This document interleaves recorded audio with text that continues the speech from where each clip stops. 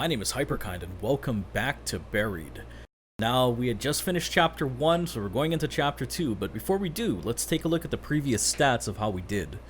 So, respect the dead, you and 36% of players left Tony's body where you found it. Secrets, you and 76% of players were upfront with Dennis about Tony's death. Trust, you and 55% of players told Dennis you believed his story. There's a small typo there. Curiosity, you and 75% of players went to investigate the ringing sound. And teamwork, you and 64% of players decided to bring Dennis with you. So we are pretty much sticking with the average of how everybody's picking. I really do like this. This is pretty cool. So depending on the choices that everybody makes, you're still able to see, are you doing what a lot of other people would do, or are you kind of breaking away from the norm? And with all that being said, let's jump right into this. Begin chapter 2. Let's go.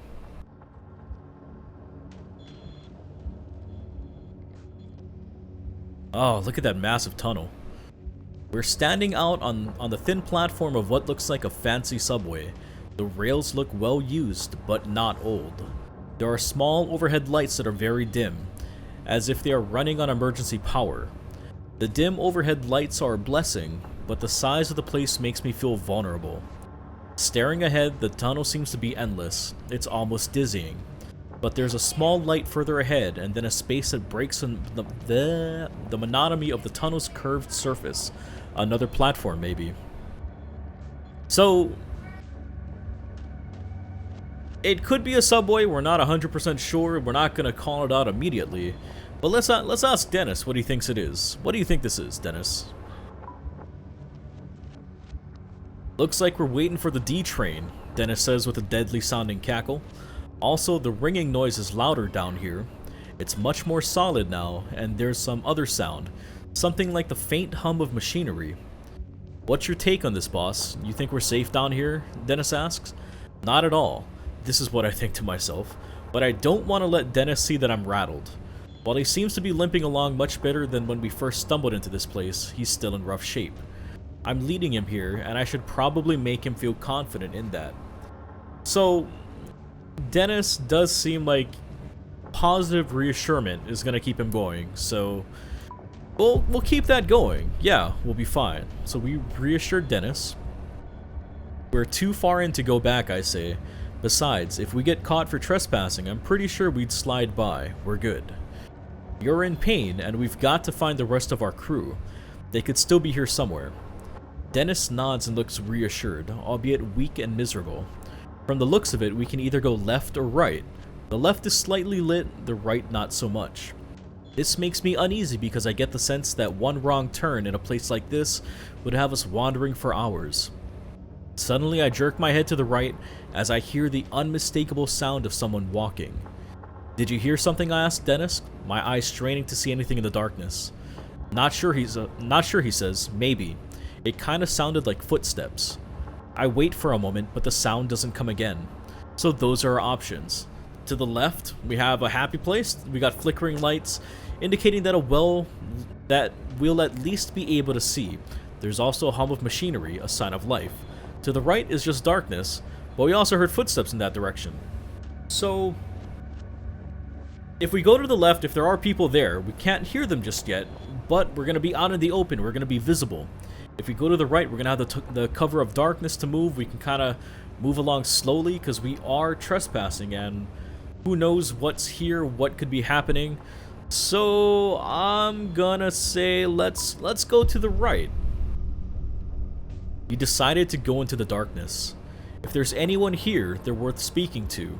Right, it is. Also, yeah, to the right, there's a person. There's footsteps of something. Someone walking around. Possibly another person going around in the darkness trying to find out what's going on too. As we leave the glow of the electric lights, things instantly start to feel a bit more sinister. I look at Dennis's injuries again. The gash along his side is inflamed now.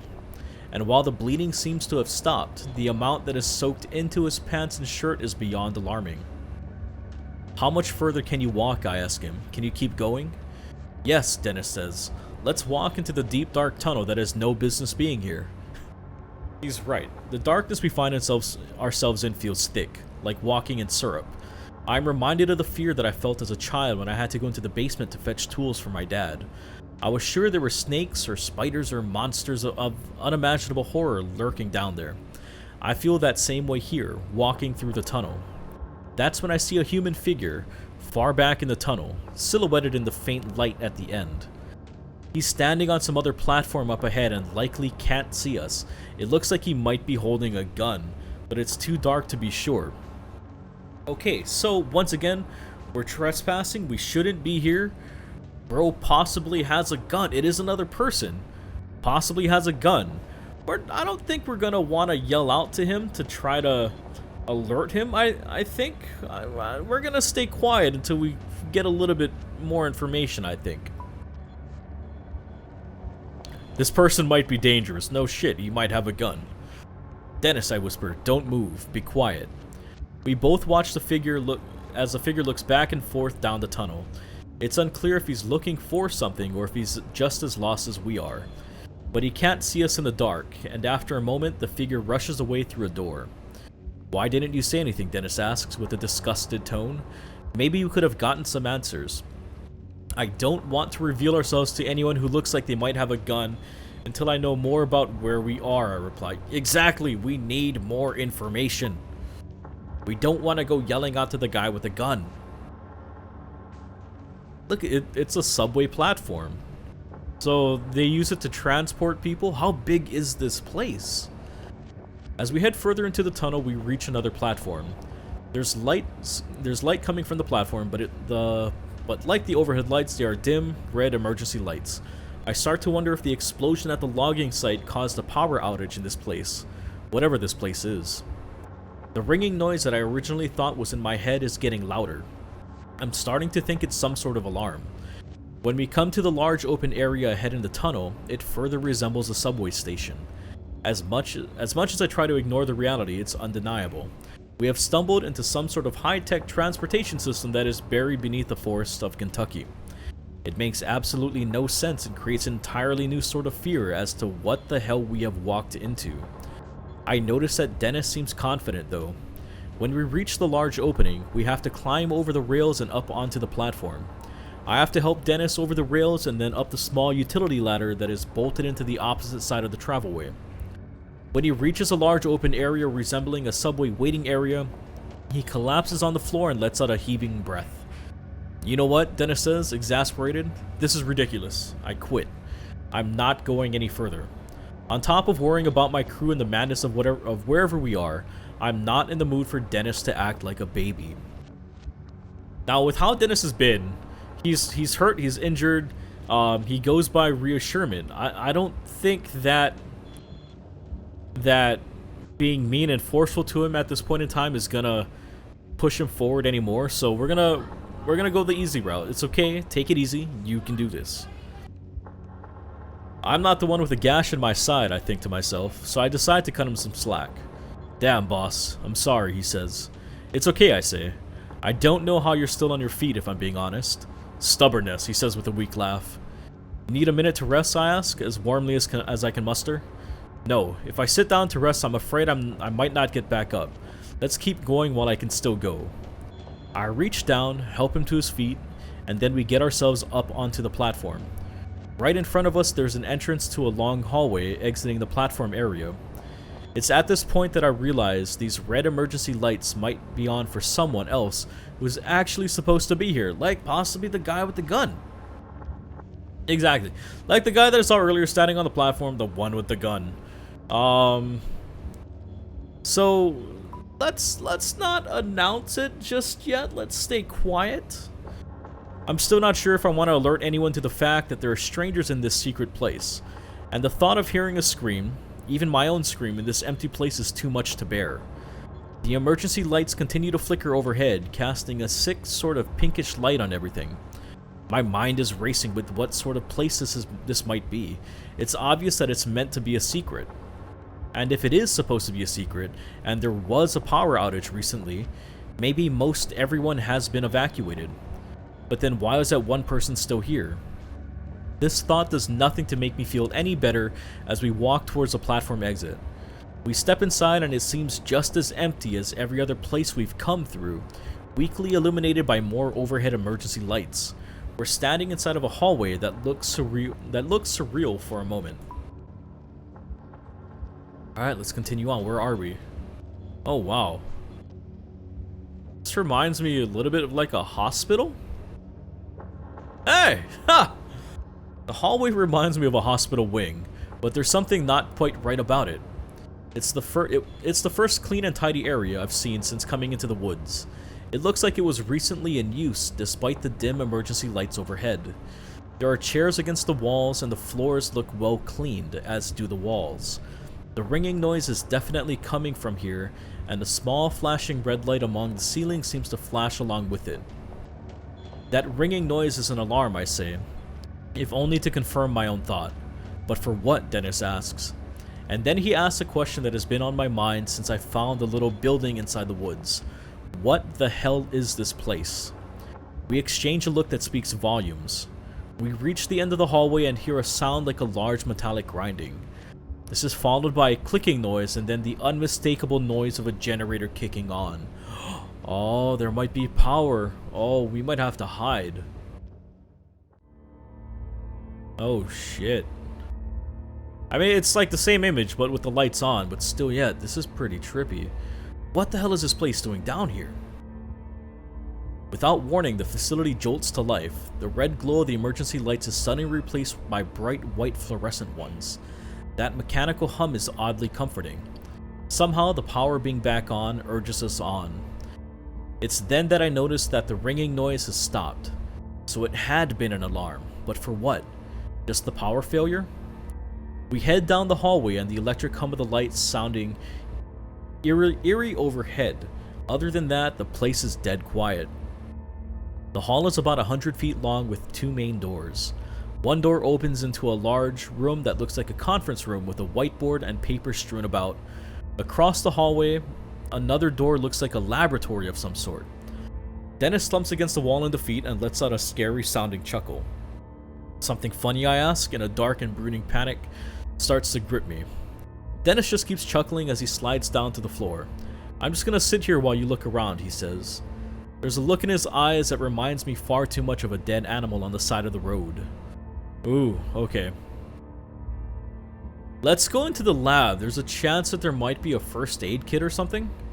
Or possibly something that we can understand? Oh man, this reminds me of Resident Evil. Like the movie one? Alright, walking inside I see small glass vials and glass containers held in a clear glass case. Everything is either glass or silver, and I instantly feel like I am dirtying the place up. I notice several test tubes in glass cases, as well as some sort of tube system that seems to have a clear fluid trapped inside of it. In the back corner, I find a laptop in screensaver mode. Oh, look at the laptop. I hit the enter key and a plain gray background pops up. There are several icons and folders to choose from. I click on the folder labeled Test 1.5 Ethos. A few documents are filled with formulas and names I mostly don't understand, but there are some things that are easy to understand, things that make my blood go cold. Subject number 6, cause of death, embolism or aneurysm, or both. Ideas for a new delivery mode, spherical, liquid, induced comatose state first. TheraCore Co., possible plutonium supplier. Oh man. Alright, what's in the test tubes? I can't help but check out the test tubes. They're all filled with varying green and light blue fluids. One of them looks to have a sort of glowing dirt resting the bottom of it. Another holds what looks like a grasshopper submerged in liquid, only it's the strangest grasshopper I've ever seen. At first it looks like it's expanding and contracting like a blowfish. Then it contracts so much that it vanishes completely. As I come closer, it springs back into existence in a completely in a completely different test tube, what the hell? And I'm embarrassed when I actually jump back. I take another look around the lab, trying to piece together what might have been taking place here. I smell some sort of chemical in the air, and it makes me think that someone had used this lab recently. Outside in the hallway, I hear Dennis grunting. I head out of the room and see him still seated on the floor, But I don't get very far because as I exit, a man comes rushing around the corner with an automatic rifle in his hand. Is this the same guy that we seen earlier? It might be. Oh man, this noise as you're waiting for stuff to, like, for the next line of text. It's hard to look beyond this rifle, but the man carrying it is young with messy dark hair. His skin is so pale that I wonder if maybe he lives down here. He has the look of a guy who's been cooped up for a little too long. He doesn't seem like the kind of person I trust with a gun in a stressful situation. God damn it. As he sees us in the doorway, he screams and brings a gun up. It's aimed directly at my head. Dennis jumps up and stands next to me like he's ready to run for it. I recognize him by his height and build. He's a person I could barely see back in that dark tunnel. So the gun is pointed directly at my head. Trying to attack does not feel like the smartest thing to do at the moment. So, hands up in the air. I put my hands up in the air, surprised at how natural it feels to go into this surrendered state. Maybe it's because this feels like a daydream. Maybe it's because I feel like I'll snap awake if the maniac pulls the trigger. Who are you and how did you get here? The man asked harshly. Before we can answer, he continues speaking. I don't recognize you. If you're here, you would have had to sneak by the security mics in the entrance hall. What? I ask, unable to think of anything else to say. Who are you? The man asked. Did you do this? The man eyes both of us and I see something in his eyes that unsettles me. He is scared, but there is something else.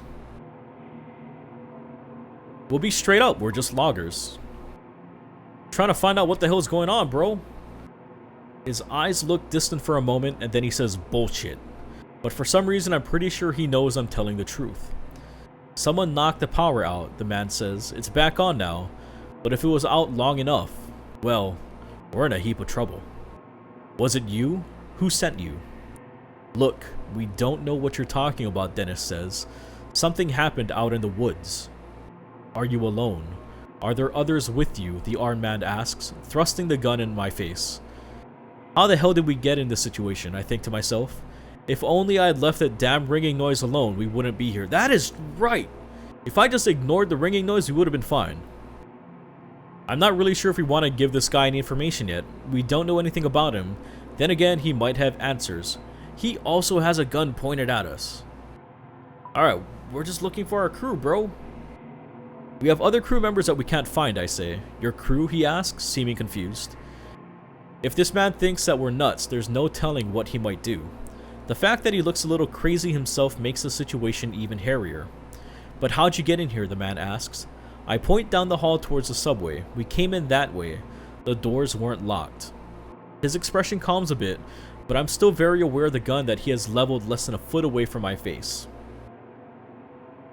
I don't think grabbing the gun in this situation is going to be any good, so let's be nice. You ask the man calmly to put his gun down. The only way I'm putting this rifle down is after I've blown your brains. Well, that escalated quickly. Is after I've blown your brains out, the man says. With that, he sticks the muzzle of the gun in my face. It's a childish move, a playground tactic at best, but it's sufficient to show me that he knows he's in control now. He then levels the rifle at Dennis, and I can only assume it's because his wounds make him appear to be the weaker of us. The man takes a shaky step forward. Dennis looks back and forth between the barrel of the gun and me, his eyes pleading for help. We can only stay back or step between Dennis and the gun. Dennis is wounded. We can't, like, he's already messed up. You know what, let's man up here. You step between the gun and Dennis. Before I'm fully aware of what I'm doing, I step out in front of Dennis. The barrel of the rifle is nearly touching my chest now. Both Dennis and the man seem a little confused at my action, and I do my best to swallow down my fear. I don't know what's going on here, I say, but we are here by mistake. Well, you have no business here, the man says, but now that the power is on, I think you might be too late anyway. For what, I ask, but he doesn't answer me. Instead, he steps forward and actually pushes me backwards with the end of his rifle.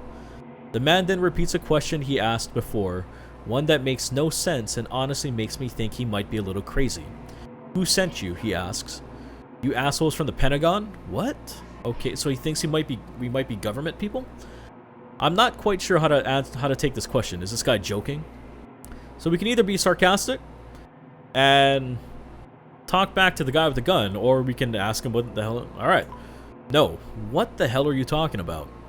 No, I say. We're just loggers. Something blew up and my friend got hurt. We're looking for the rest of our crew.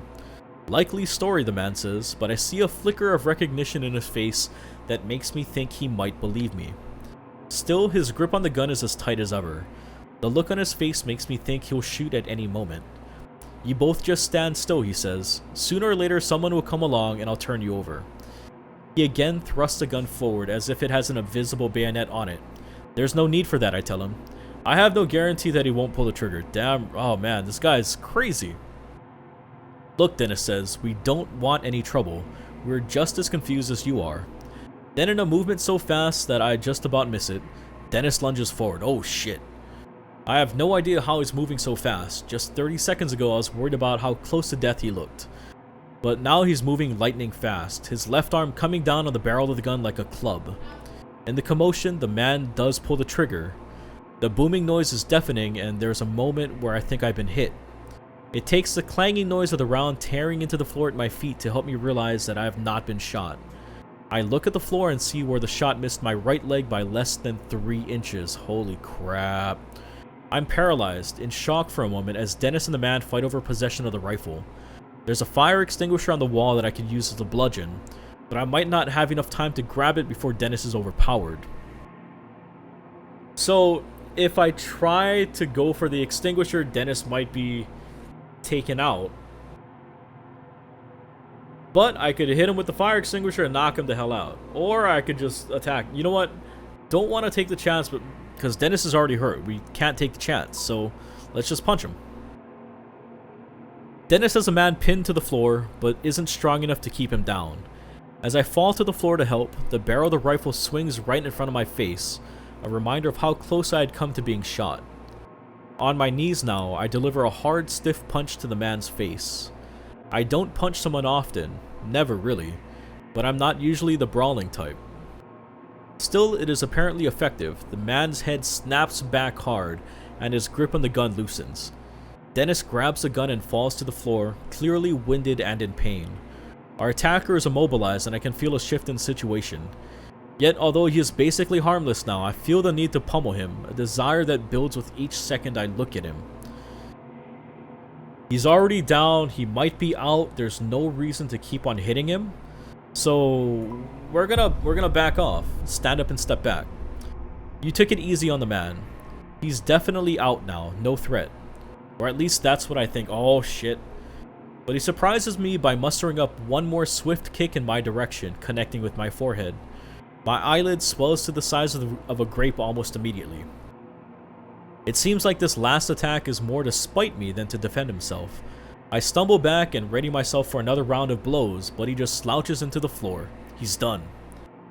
Dennis instantly hands the rifle over to me, and I take it with shaking hands. I can't believe you stepped between me and that gun, Dennis says. He could have killed you.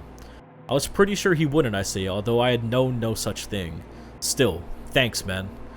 That's some heroic stuff. You would have done the same, right?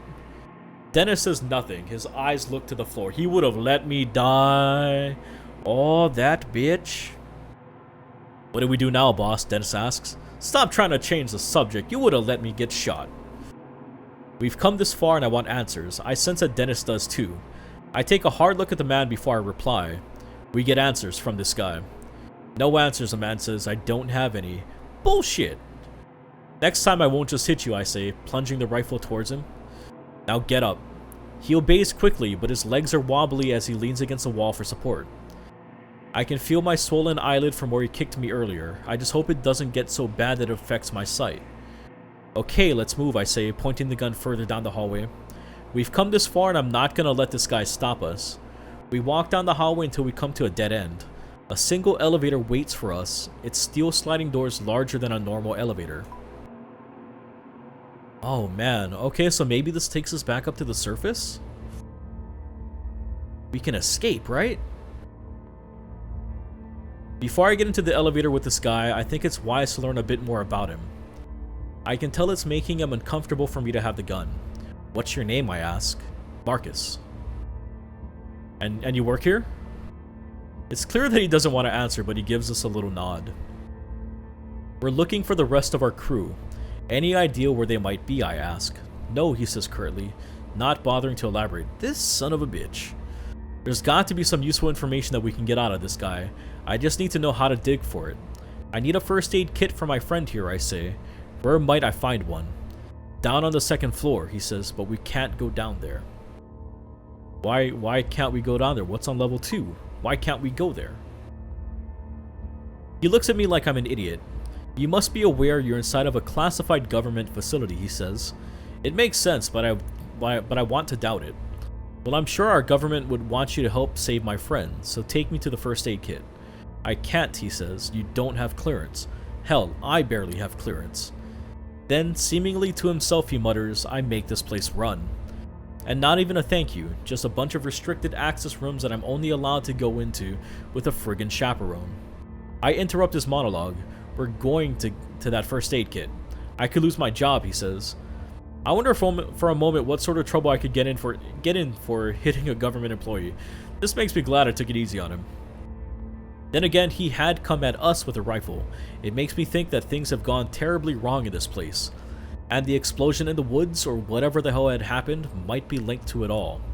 I need to convince him to take us to the second floor, but I'm not sure if it would be more productive to threaten him or ask for sympathy. You know what? Being nice has been working so far. Let's keep on going with it. Look, I say, it hasn't been the best day. We're just trying to find out what's going on to find our crew to survive. I know that this isn't a normal situation down here. It looks like all of your protocols have been blown to hell. Can't you help us out? He looks at me sternly, weighing his options. Okay, he says. Thank you, I say. With an untrusting stare, Marcus walks to the elevator door, approaching a small keypad by the doors. He punches in a numerical code on the keypad, and we can hear a slight mechanical hum behind the steel doors. After a few seconds of angry glances and frightened sneers from Marcus, the elevator arrives. The steel doors slide open with a whisper, revealing the interior. Okay, so we're going down to get the med kit first. Then we can escape, right? Let's fuck this place. It's exceptionally well lit and looks to be made of stainless steel. I half expect the thing to take off at the speed of light. But there's another small keypad on the front right panel by the door with the options for 3 sub-level floors. Looks like this elevator doesn't go to the surface. So after we get a first aid kit for Dennis, how do we get out of here, I ask. We can't leave, Marcus says. Once the power came back on, the whole place was put on lockdown. What? I shout. Can't you override it?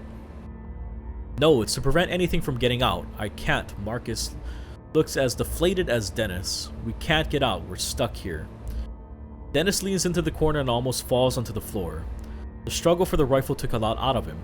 I can see that much in his face. Slowly we start to move down. The hum and grind of the car's motor fills the space. So, there's no sense in asking if we're stuck here forever, because obviously not. There should be some way to get out. But what can Marcus do for us? Marcus bristles at the question, but I think it's fair. I mean, he's not allowed to unlock the doors or even get medical supplies. Why keep a guy around who can't even grab a band-aid without permission? Without me, nothing would get done here, Marcus answers me. These people think they're so brilliant, but most of them can barely turn their computers on without help. The top coder in my class at MIT, I'm stuck living underground helping idiots who don't even trust me with keys. Well, what the hell goes on here? Marcus shakes his head. You may as well shoot me, I can't tell you. Why not? It's beyond classified, and the things I know don't even cover the start of it. What does that mean, I ask, starting to get irritated. It means that even if I wanted to tell you what sort of work is done here, I don't know enough about it. What's your job? I handle the IT work and make sure the databases are up and running. It's a 24/7 job. I haven't seen sunlight in almost a year. Holy crap. I wonder what staying in a place like this for that long would do to someone's mind. I was recruited, he continues, because the workload, no one else wants this job. But I don't really mind being by myself, no family. Plus the IT. It's some crazy shit. Crazy how, I ask. This place generates over 100 terabytes of data per day, he answers, getting the slightest bit excited before his face falls again. Alright, so what knocked the lights out? Seems like some sort of power outage, Marcus says. That's all I know. There was an outage and then... Then what? Dennis asks weakly. Then things got weird. Things got bad. Bad how, I ask. The whole place seemed to shake when the lights went out. I was checking the monitors when it happened and everything went dead. It took no more than a minute or so before I started hearing the screams. People were being killed by something. I tried getting the security cameras going again, but they only lasted for a little bit on my backup systems, but what I saw... What? I asked, feeling a sharp fear worm its way into my guts. Well, what I saw on the screens for that little bit of time made no sense. It made me get the gun from the emergency vault. I think whatever it is, it's still down here. Hold on, I say. There's an emergency vault with a rifle in the same room as the security cameras in this place? Marcus gives me a grin that looks nearly insane. There are guns locked away in every room in this place just in case, you know? What the hell? Why is there guns in every room? Just in case of what? As he opens his mouth to answer, the elevator comes to a stop and the doors slide open. Marcus is out right away without a word. He makes his exit and heads directly for a glassed-in room that is filled with computer monitors and high-end equipment. Dennis and I file out behind him, trying to keep up. As we do, one very alarming question runs through my head. What the hell kind of government facility keeps loaded guns in emergency vaults in every single room? What the hell is going on, man? And that's it. That is the end of chapter 2. Oh, man. How did we do? Like, what did our choices? How did that go? Curiosity. You and 42% of players stayed quiet when you saw Marcus in the tunnel. Selflessness. You and 64% of players stepped in front of Dennis to protect him from Marcus. Mercy. You and 65% of players were easy on Marcus after he surrendered. Oh, man. So... we're in some kind of classified government facility that's underground in Kentucky. Something happened to the other workers. They were all being killed. Like, every single room in this place has guns, so... I mean, are we able to arm ourselves? Like, hit up more emergency vaults and possibly try to defend ourselves? Oh man, this is crazy. This story is getting pretty insane. But alright guys, that is going to wrap up this episode here. This has been chapter 2 of Buried. Be sure to hit that like button, also the subscribe button if you want to keep on following with what's going to be happening in this story. Alright guys, that is going to wrap up this video. Thank you as always for watching. And I'll see you in the next video. Laters, guys.